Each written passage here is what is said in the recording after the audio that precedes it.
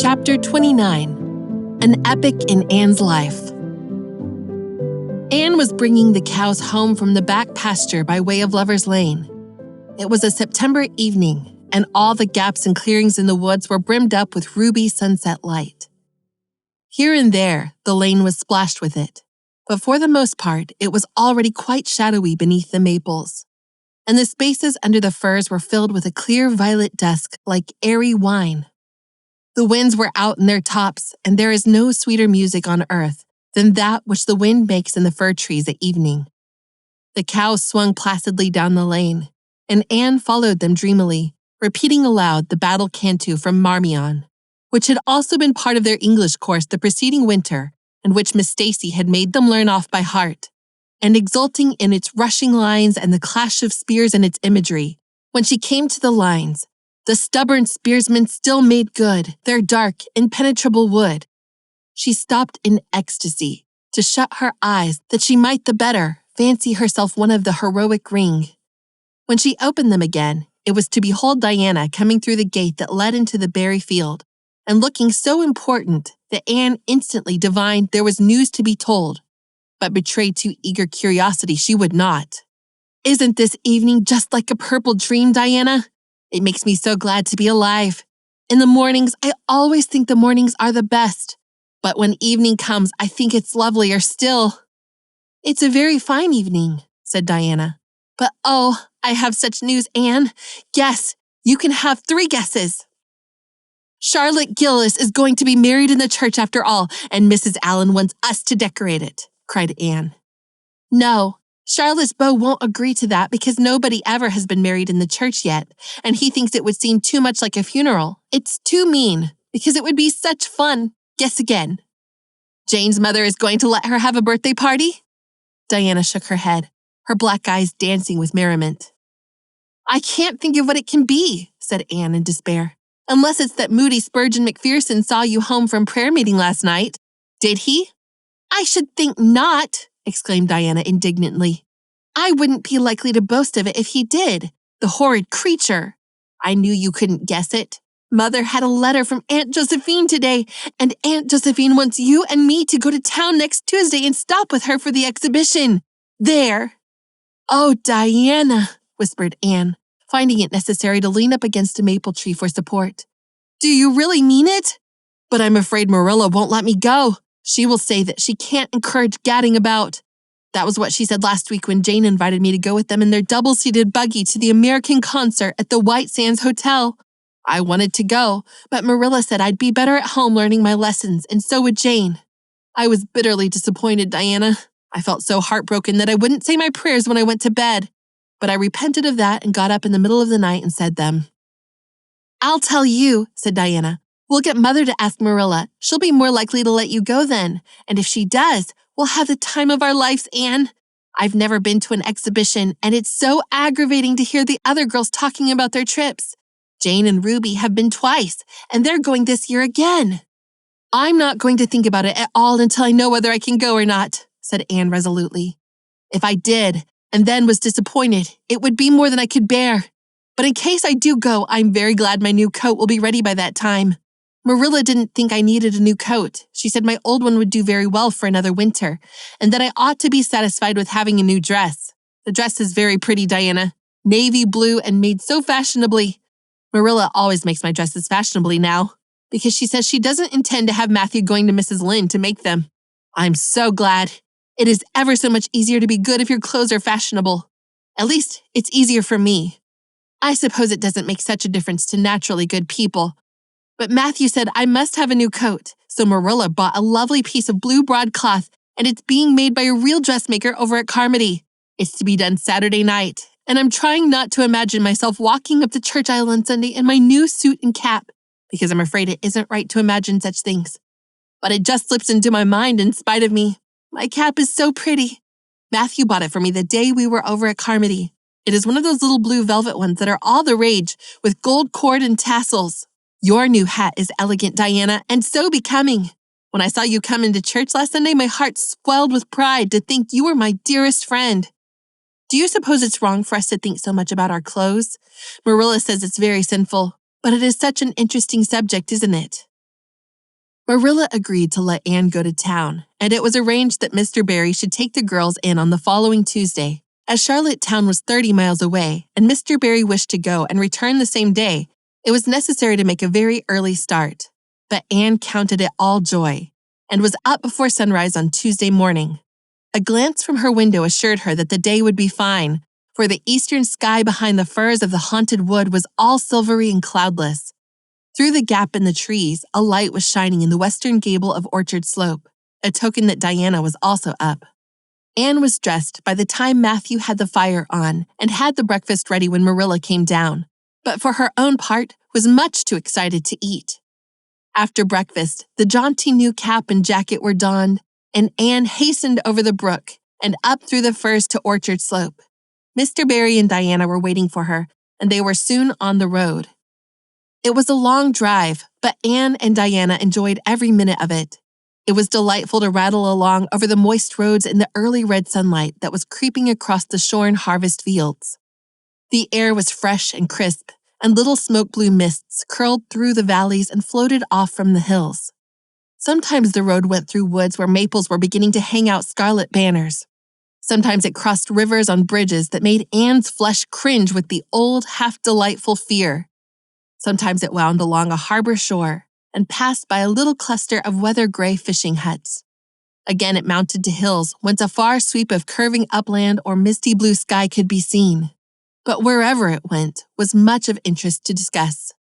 It was almost noon when they reached town and found their way to Beechwood. It was quite a fine old mansion, set back from the street in a seclusion of green elms and branching beeches. Miss Barry met them at the door with a twinkle in her sharp black eyes. "So you've come to see me at last, you Anne girl," she said. "Mercy, child, how you have grown. You are taller than I am, I declare, and you're ever so much better looking than you used to be, too. But I dare say you know without being told."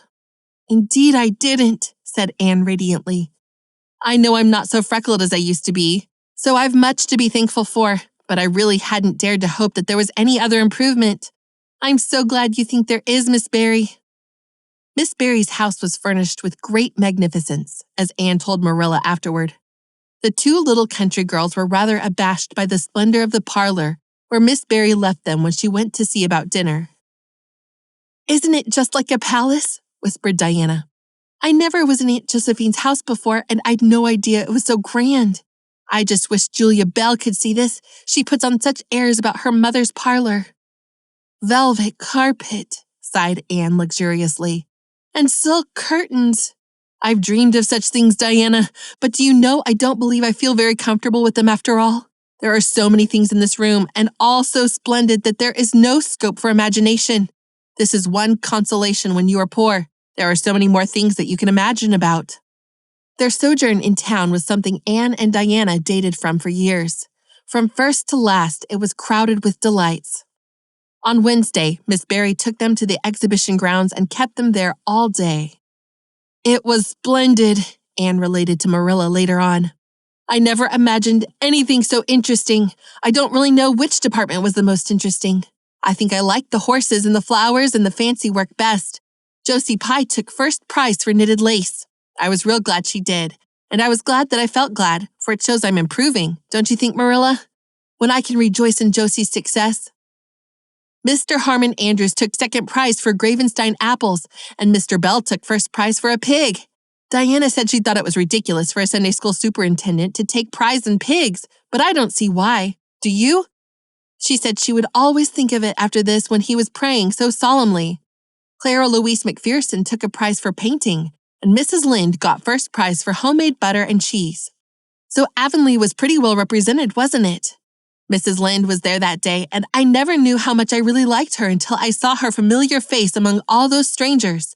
There were thousands of people there, Marilla. It made me feel dreadfully insignificant. And Miss Barry took us up to the grandstand to see the horse races. Mrs. Lynde wouldn't go. She said horse racing was an abomination, and she, being a church member, thought it her bounden duty to set a good example by staying away. But there were so many there, I don't believe Mrs. Lynde's absence would ever be noticed. I don't think, though, that I ought to go very often to horse races, because they are awfully fascinating. Diana got so excited that she offered to bet me 10 cents that the red horse would win. I didn't believe he would, but I refused to bet because I wanted to tell Mrs. Allen all about everything, and I felt sure it wouldn't do to tell her that. It's always wrong to do anything you can't tell the minister's wife. It's as good as an extra conscience to have a minister's wife for your friend. And I was very glad I didn't bet because the red horse did win, and I would have lost 10 cents. So you see that virtue was its own reward. We saw a man go up in a balloon. I'd love to go up in a balloon, Marilla. It would be simply thrilling. And we saw a man selling fortunes. You paid him 10 cents and the little bird picked out your fortune for you. Miss Barry gave Diana and me 10 cents each to have our fortunes told. Mine was that I would marry a dark-complected man who was very wealthy, and I would go across the water to live. I looked carefully at all the dark men I saw after that, but I didn't care much for any of them. And anyhow, I suppose it's too early to be looking out for him yet. Oh, it was a never-to-be-forgotten day, Marilla. I was so tired I couldn't sleep at night. Miss Barry put us in the spare room, according to promise. It was an elegant room, Marilla, but somehow sleeping in a spare room isn't what I used to think it was. That's the worst of growing up, and I'm beginning to realize it. The things you wanted so much when you were a child don't seem half so wonderful to you when you get them. Thursday, the girls had a drive in the park, and in the evening Miss Barry took them to a concert in the Academy of Music, where a noted prima donna was to sing. To Anne, the evening was a glittering vision of delight. Oh, Marilla, it was beyond description. I was so excited I couldn't even talk. So you may know what it was like. I just sat in enraptured silence. Madame Selitsky was perfectly beautiful and wore white satin and diamonds, and when she began to sing, I never thought about anything else. Oh, I can't tell you how I felt, but it seemed to me that it could never be hard to be good anymore. I felt like I do when I look up to the stars.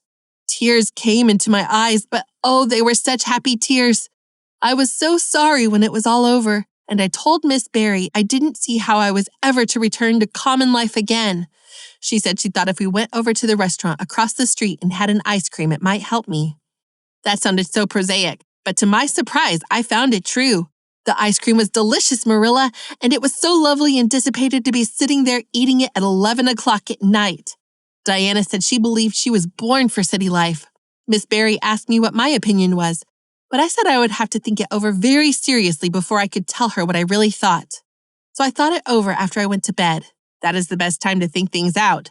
And I came to the conclusion, Marilla, that I wasn't born for city life, and that I was glad of it. It's nice to be eating ice cream at brilliant restaurants at 11 o'clock at night once in a while, but as a regular thing, I'd rather be in the East Gable at 11, sound asleep, but kind of knowing even in my sleep that the stars were shining outside and that the wind was blowing in the firs across the brook. I told Miss Barry so at breakfast the next morning, and she laughed. Miss Barry generally laughed at anything I said, even when I said the most solemn things. I don't think I liked it, Marilla, because I wasn't trying to be funny, but she is a most hospitable lady and treated us royally. Friday brought going home time, and Mr. Barry drove in for the girls. Well, I hope you've enjoyed yourselves, said Miss Barry as she bade them goodbye. Indeed we have, said Diana. And you, Anne girl? I've enjoyed every minute of the time, said Anne, throwing her arms impulsively about the old woman's neck and kissing her wrinkled cheek. Diana would never have dared to do such a thing and felt rather aghast at Anne's freedom. But Miss Barry was pleased, and she stood on her veranda and watched the buggy out of sight. Then she went back into her big house with a sigh. It seemed very lonely, lacking those fresh young lives. Miss Barry was a rather selfish old lady, if the truth must be told, and had never cared much for anybody but herself. She valued people only as they were of service to her or amused her. Anne had amused her, and consequently stood high in the old lady's good graces. But Miss Barry found herself thinking less about Anne's quaint speeches than of her fresh enthusiasms, her transparent emotions, her little winning ways, and the sweetness of her eyes and lips. I thought Marilla Cuthbert was an old fool when I heard she'd adopted a girl out of an orphan asylum, she said to herself. But I guess she didn't make much of a mistake after all. If I'd a child like Anne in the house all the time, I'd be a better and happier woman. Anne and Diana found the drive home as pleasant as the drive in, pleasanter indeed, since there was a delightful consciousness of home waiting at the end of it. It was sunset when they passed through white sands and turned into the shore road. Beyond, the Avonlea hills came out darkly against the saffron sky. Behind them, the moon was rising out of the sea that grew all radiant and transfigured in her light. Every little cove along the curving road was a marvel of dancing ripples. The waves broke with a soft swish on the rocks below them, and the tang of the sea was in the strong, fresh air. "Oh, but it is good to be alive and to be going home," breathed Anne.